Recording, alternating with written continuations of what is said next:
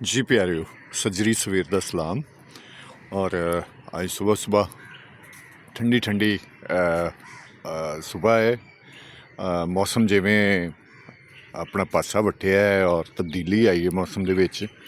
सो हुण इनू तुसीं कह सकते हो कि फिलहाल ठंडा मिठा मौसम है। बहुत ठंड भी नहीं है तो गर्मी भी नहीं है। तो सुबह सुबह मैं तो काफ़ी देर का आया, लेकिन कुछ जिन्होंने कहते मूँह हनेरा तो हनेरा सी, इस करके मैं क्या कैमरा सही उस तरह कैप्चर नहीं कर सकेगा तो अपने प्यारिਆਂ ਦੇ ਨਾਲ गल करनी। जरा ठहर के बहरहाल मैं त्रेल बहुत चंगी होंगी है, घाह तो जी पई है और नंगे पैरी सुबह सुबह त्रेल ते तुरना और पैरों में त्रेल लगनी कहते बहुत चंगी होंगी है। अच्छा, कुछ साड़ी जिंदगी दे विच चीज़ां ਜ਼ਰੂਰੀ ਹੁੰਦੀਆਂ ਨੇ, ਉਹਨਾਂ ਦੀ ਜ਼ਰੂਰਤ ਹੁੰਦੀ ਹੈ, ਲੋੜ ਥੋੜ ਹੁੰਦੀ ਹੈ ਔਰ ਕੁਛ ਜ਼ਰੂਰੀ ਬਣਾ ਦਿੱਤੀਆਂ ਜਾਂਦੀਆਂ ਨੇ। ਤੁਸੀਂ ਗੱਲ ਸਮਝ ਰਹੇ ਹੋ? ਜਿਵੇਂ ਕਿ ਸਾਨੂੰ ਖੁਰਾਕ ਜ਼ਰੂਰੀ ਹੈ, ਯਾਨੀ ਰੋਟੀ ਹੈ, ਚੌਲ ਹੈ ਜਾਂ ਸਬਜ਼ੀਆਂ ਨੇ। ਸੋ ਇਹ ਜ਼ਰੂਰੀ ਨੇ।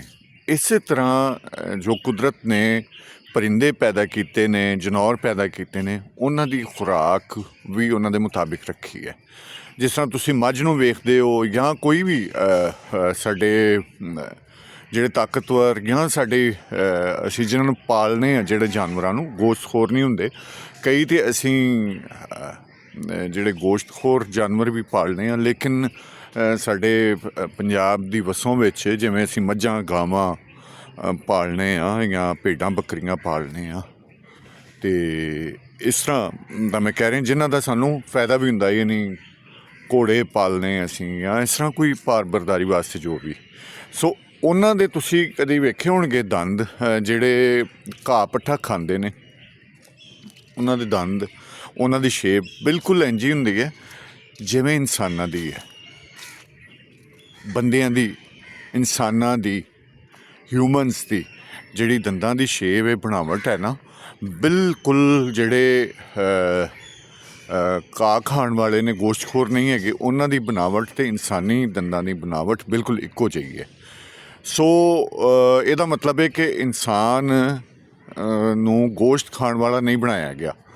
गोश्त असीं वेले ने साबित किया या जरूरत के मुताबिक पहले जो है सी उहदे मुताबिक टल गए। कुछ लोग गोश्तखोर हो गए, गोश्त खाण लग पे, कुछ सब्जियां दालां खांदे सन, लेकिन असल में असीं खाण वाले सब्जियां दालां खाण वाले इंसान वास्ते वो ने। जिवें जानवर ने, चलो मैं जिहड़े साडे पालतू ने मझां गावां, इन्हां दा मैं दसना कि मझां गावां दे विच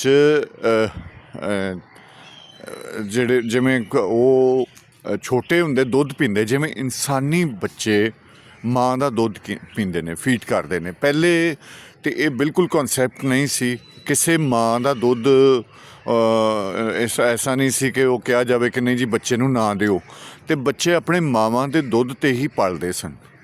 इस तरह कट्टियां बच्चे भी जिहड़े वो अपनी माँ के दुध उन्हां वास्ते, कट्टियां बच्चियां वास्ते ही हुंदा, ठीक है ना। वो वच्छी बच्चे वास्ते, गां का कट्टी कट्टे वास्ते, मझ का वो दुध भी साडे इस्तेमाल वास्ते नहीं है। शायद तुहानूं पता होवे कि तुसीं इहदे अगर पढ़दे हो थोड़ी रिसर्च, ते वो दुध जिहड़ा माँ का दुध असीं पीने आ, साडी बॉडी वास्ते वही काफ़ी हुंदा है, ठीक है। इस तरह बहुत सारिया चीज़ां, जिवें मैं कहा कि कुछ साडी ज़रूरत हुंदियां ने, कुछ बना दित्तियां जांदियां ने।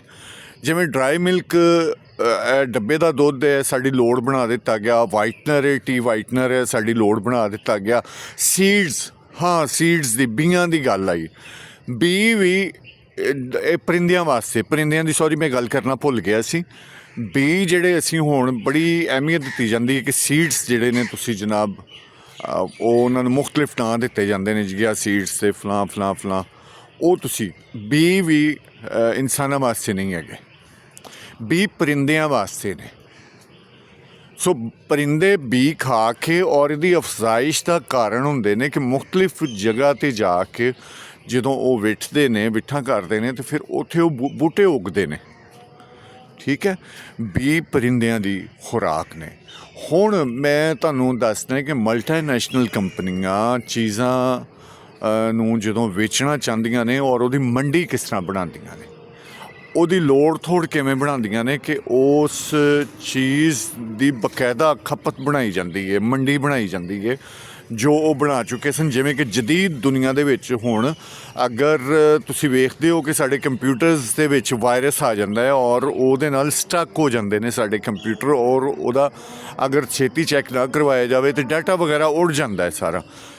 ਅੱਛਾ, ਤੁਹਾਨੂੰ ਪਤਾ ਹੈ ਕਿ ਪਹਿਲੇ ਐਂਟੀਵਾਇਰਸ ਬਣਾਇਆ ਜਾਂਦਾ ਹੈ। ਵਾਇਰਸ ਬਣਾਉਣ ਤੋਂ ਪਹਿਲੇ ਉਹਦਾ ਐਂਟੀਵਾਇਰਸ ਬਣਾਇਆ ਜਾਂਦਾ ਹੈ ਤਾਂ ਕਿ ਇਹ ਵਾਇਰਸ ਮੁਖਤਲਿਫ ਤਰੀਕੇ ਦੇ ਨਾਲ ਛੱਡਿਆ ਜਾਂਦਾ ਹੈ ਜਿਹੜਾ ਕਿ ਕੰਪਿਊਟਰਸ ਨੂੰ ਹਾਈਕ ਕਰਦਾ, ਖ਼ਰਾਬ ਕਰਦਾ ਹੈ ਸਿਸਟਮ ਦੇ ਵਿੱਚ, ਔਰ ਉਹ ਫਿਰ ਜਾਂਦੇ ਨੇ ਮਾਰਕੀਟ ਐਂਟੀਵਾਇਰਸ ਕਰਾਉਣ ਲਈ। ਇਸ ਕਰਕੇ ਐਂਟੀਵਾਇਰਸ ਪ੍ਰੋਗਰਾਮ ਬਹੁਤ ਮਹਿੰਗਾ ਵਿਕਦਾ, ਜਿਹੜਾ ਹੁਣ ਤੁਸੀਂ ਸਮਝ ਰਹੇ ਹੋਵੋਗੇ। ਹੁਣ ਸਾਡੇ ਕੋਲ ਇੱਥੇ ਮੈਂ ਆਪਣੇ ਬਾਗ ਦੇ ਵਿੱਚ ਕਈ ਵਾਰੀ ਤੁਹਾਨੂੰ ਵਿਖਾਇਆ, ਸਾਡੇ ਕੋਲ ਨਾ ਸੁਹਾਂਜਣੇ ਦੇ ਬੂਟੇ ਨੇ ਅਤੇ ਅਸੀਂ ਉਹਦੀ ਵਰਤੋਂ ਵੀ ਕਰਨੇ ਸਾਂ ਪੰਜਾਬੀ। ਅਸੀਂ ਉਹਦਾ ਅਚਾਰ ਵੀ ਬੜੇ ਸ਼ੌਕ ਨਾਲ ਖਾਂਦੇ ਸਾਂ, ਸੁਹਾਂਜਣੇ ਦੀ ਸਬਜ਼ੀ ਵੀ ਬੜੀ ਵਧੀਆ ਬਣਦੀ ਸੀ। ਪਰ ਜਿਸ ਪਿੰਡਾਂ ਥਾਵਾਂ ਦੇ ਲੋਕ, ਉਹਨਾਂ ਨੂੰ ਪਤਾ ਸੀ, ਜਾਂ ਖਾਸ ਕਰਕੇ ਸਾਡੇ ਪੰਜਾਬੀ ਜਿਹੜੇ ਇਹਦਾ ਸ਼ੌਕ ਰੱਖਦੇ ਨੇ ਸਬਜ਼ੀਆਂ ਖਾਣ ਦਾ, ਅਚਾਰ ਖਾਣ ਦਾ ਜਾਂ ਇਸ ਤਰ੍ਹਾਂ ਦੀਆਂ ਚੀਜ਼ਾਂ, ਅਤੇ ਉਹਨਾਂ ਨੂੰ ਪਤਾ ਸੀ ਕਿ ਸੁਹਾਂਜਣਾ ਕਿੱਡਾ ਮੁਫੀਦ ਔਰ ਮਜ਼ੇਦਾਰ ਹੈ। ਅੱਛਾ, ਹੁਣ ਸੁਹਾਂਜਣੇ ਦੀ ਉਹਨਾਂ ਨੇ ਮਾਰਕੀਟ ਬਣਾਉਣੀ ਸੀ ਮੋਰਿੰਗਾ, ਠੀਕ ਹੈ। ਹੁਣ ਜਿਹੜੇ ਨੌਜਵਾਨ ਨਸਲ ਹੈ ਨਾ, ਉਹਨਾਂ ਨੂੰ ਅੱਜ ਪਤਾ ਲੱਗਿਆ ਮੋਰਿੰਗਾ ਦੇ ਨਾਂ ਤੋਂ।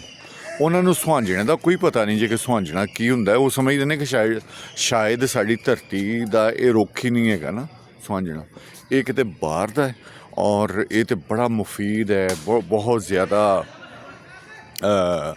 ਇਹਦਾ ਫਾਇਦਾ ਹੈ। ਅਤੇ ਉਹਦੇ ਵਾਸਤੇ ਬਹੁਤ ਸਾਰੀ ਫਿਰ ਜਿਹੜੇ ਹੁੰਦੇ ਨੇ ਸਾਡੇ ਯੂਟਿਊਬਰ ਜਾਂ ਮੋਟੀਵੇਸ਼ਨਲ ਸਪੀਕਰ ਜਿਹੜੇ ਹੁੰਦੇ ਨੇ, ਜਾਂ ਜਿਨ੍ਹਾਂ ਦੀ ਲੋਕ ਗੱਲ ਸੁਣਦੇ ਨੇ, ਉਹਨਾਂ ਕੋਲੋਂ ਉਹਨਾਂ ਚੀਜ਼ਾਂ ਦੀ ਹਿਫਾਜ਼ਤ 'ਤੇ ਗੱਲ ਕਰਵਾਈ ਜਾਂਦੀ ਹੈ ਤਾਂ ਕਿ ਉਹਨਾਂ ਨੂੰ ਜ਼ਿਆਦਾ ਲੋਕ ਸੁਣਦੇ ਨੇ ਨਾ, ਉਹਨਾਂ ਨੂੰ ਚੂਜ਼ ਕੀਤਾ ਜਾਂਦਾ। ਤੁਸੀਂ ਇਹ ਨਾ ਸਮਝੋ ਕਿ ਇਹ ਵੱਡੇ ਵੱਡੇ ਲੋਕ ਜਿਹੜੇ ਤੁਹਾਨੂੰ ਗੱਲ ਦੱਸਦੇ ਨੇ ਕਿ ਜੀ ਇਹ ਫਲਾਂ ਵੀ ਬਹੁਤ ਕਮਾਲ ਦਾ ਹੈ, ਫਲਾਂ ਚੀਜ਼ ਬੜੀ ਕਮਾਲ ਦੀ, ਇਹ ਪੇਡ ਹੁੰਦੇ ਨੇ, ਇਹ ਬਕਾਇਦਾ ਪੇਡ ਹੁੰਦੇ ਨੇ।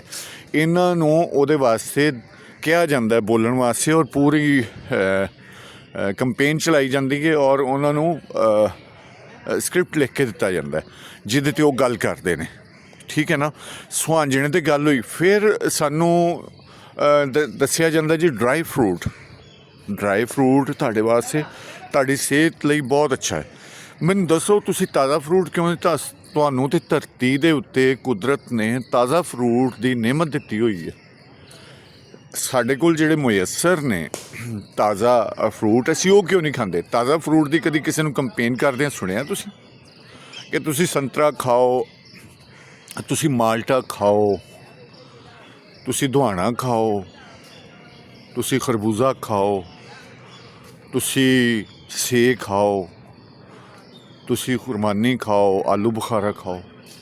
ਨਹੀਂ, ਤੁਹਾਨੂੰ ਇਹਨਾਂ ਦੀ ਕੰਪੇਨ ਇਸ ਕਰਕੇ ਨਹੀਂ ਮਿਲਦੀ ਕਿਉਂਕਿ ਇਹ ਜਿਹੜੇ ਮਲਟੀਨੈਸ਼ਨਲ ਕੰਪਨੀਜ਼ ਨੇ, ਉਹਨਾਂ ਦੇ ਹੱਥੇ ਜਿਹੜੀ ਚੀਜ਼ ਚੜ੍ਹਦੀ ਹੈ ਉਹਦੀ ਕੰਪੇਨ ਚਲਾਈ ਜਾਂਦੀ, ਉਹਨੂੰ ਬਣਾਇਆ ਜਾਂਦਾ ਕਿ ਡਰਾਈ ਕਰਕੇ ਉਹਨੂੰ ਸੇਵ ਕਰਨ ਵਾਸਤੇ ਜ਼ਿਆਦਾ ਦੇਰ ਤੱਕ ਮਹਿਫੂਜ਼ ਰਹਿੰਦਾ ਔਰ ਉਹਦੀ ਸੇਲ ਜ਼ਿਆਦਾ ਹੁੰਦੀ ਹੈ।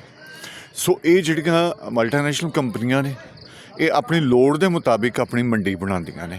ਇਹ ਛੋਟੀਆਂ ਛੋਟੀਆਂ ਮੈਂ ਤੁਹਾਨੂੰ ਮਿਸਾਲਾਂ ਦਿੱਤੀਆਂ ਨੇ, ਲੇਕਿਨ ਬਹੁਤ ਖਤਰਨਾਕ ਕੁਝ ਚੀਜ਼ਾਂ ਵੀ ਨੇ ਜਿਨ੍ਹਾਂ ਦੀ ਮੰਡੀ ਇਸ ਵੇਲੇ ਬਣਾਈ ਗਈ ਹੈ ਔਰ ਉਹਨਾਂ ਨੂੰ ਪੂਰੀ ਉਹਨਾਂ ਦੀ ਕੰਪੇਨ ਚੱਲ ਰਹੀ ਹੈ ਔਰ ਗੈਰ ਮਹਿਸੂਸ ਤਰੀਕੇ ਦੇ ਨਾਲ ਉਹਨਾਂ ਦੀ ਕੰਪੇਨ ਚੱਲਦੀ ਹੈ ਕਿ ਤੁਹਾਨੂੰ ਫੀਲ ਨਹੀਂ ਹੁੰਦਾ, ਤੁਹਾਨੂੰ ਮਹਿਸੂਸ ਨਹੀਂ ਹੁੰਦਾ ਕਿ ਉਹ ਕੋਈ ਕਿਸੇ ਪ੍ਰੋਡਕਟ ਦੀ ਕੰਪੇਨ ਕਰ ਰਹੇ ਨੇ। ਤੁਹਾਨੂੰ ਮਹਿਸੂਸ ਇਹੋ ਹੀ ਹੁੰਦਾ ਕਿ ਉਹ ਤੁਹਾਡਾ ਫਾਇਦਾ ਕਰ ਰਹੇ ਨੇ। ਅੱਛਾ, ਇਸੇ ਚੀਜ਼ ਨੂੰ ਸਾਹਮਣੇ ਰੱਖਦਿਆਂ ਹੋਇਆ ਬਹੁਤ ਅਰਸਾ ਪਹਿਲੇ, ਇਸ ਟਾਈਮ ਉਹ ਮਿਊਜ਼ਿਕ ਸਟੂਡੀਓ ਬਹੁਤ ਮਸ਼ਹੂਰ ਹੈ ਔਰ ਆਪਣੀ ਪ੍ਰੋਡਕਟ ਦੇ ਨਾਂ ਤੋਂ ਹੈ।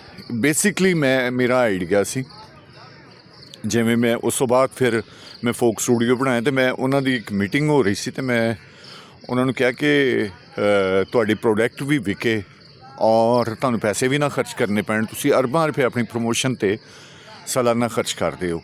ਜੋ ਇੱਕਦਮ ਬੰਦਾ ਖਲੋ ਗਿਆ ਨਾ, ਉਹਨੇ ਕਿਹਾ ਉਹ ਕਿਸ ਤਰ੍ਹਾਂ? ਮੈਂ ਕਿਹਾ ਦੇਖੋ ਆਈਡੀਆਜ਼ ਵੇਖਦੇ ਨੇ ਔਰ ਆਈਡੀਆ ਕਿਉਂਕਿ ਮੇਰਾ ਇੱਕ ਤਲਕ ਪਾਸ ਆ, ਉਹਨਾਂ ਨੇ ਕਿਹਾ ਜੀ 1 ਲਾਈਨਰ ਲਿਖ ਕੇ ਦੇਵੋ। ਮੈਂ ਉਹਨਾਂ ਨੂੰ 1 ਲਾਈਨਰ ਲਿਖ ਕੇ ਦਿੱਤਾ ਅਤੇ ਦੁਬਾਰਾ ਮੈਂ ਮਤਲਬ ਜਿਸ ਤਰ੍ਹਾਂ ਦਾ ਹੈ ਵਾਂ, ਮੈਂ ਨਹੀਂ ਪੁੱਛਿਆ। ਮੈਂ ਕਿਹਾ ਕੋਈ ਗੱਲ ਨਹੀਂ, ਆਪੇ ਹੀ ਦੱਸ ਦੇਣਗੇ। ਉਹਨਾਂ ਨੇ ਮੈਨੂੰ 1-2 ਹਫ਼ਤੇ ਦਾ ਟਾਈਮ ਦਿੱਤਾ ਸੀ। ਉਸ ਤੋਂ ਬਾਅਦ ਉਹਨਾਂ ਨੇ ਕੋਈ ਰਿਪਲਾਈ ਨਹੀਂ ਕੀਤਾ। 3 ਮਹੀਨੇ ਬਾਅਦ ਉਹ ਮਾਰਕੀਟ ਦੇ ਵਿੱਚ ਉਹੋ ਹੀ ਪੂਰਾ ਪਲਾਨ ਮੇਰੇ ਵਾਲਾ ਕੁਛ ਤਬਦੀਲੀ ਨਾਲ ਆ ਗਿਆ। ਮੈਂ ਉਹਦੇ ਵਿੱਚ ਲਿਖਿਆ ਸੀ ਕਿ ਨਿਊ ਟੈਲੈਂਟ ਪ੍ਰਮੋਸ਼ਨ। ਉਹਨਾਂ ਨੇ ਸਾਰੇ ਹੀ ਵੱਡੇ ਜਿਹੜੇ ਨਾਂ ਚੱਲ ਰਹੇ ਸਨ ਉਹੀ ਚੁੱਕ ਕੇ ਉਹਨਾਂ ਕੋਲ ਗਾੜੇ ਗਵਾਏ ਔਰ ਆਪਣੇ ਪ੍ਰੋਡਕਟ ਪਿੱਛੇ ਉਹਨਾਂ ਨੇ ਕਰਤੀ।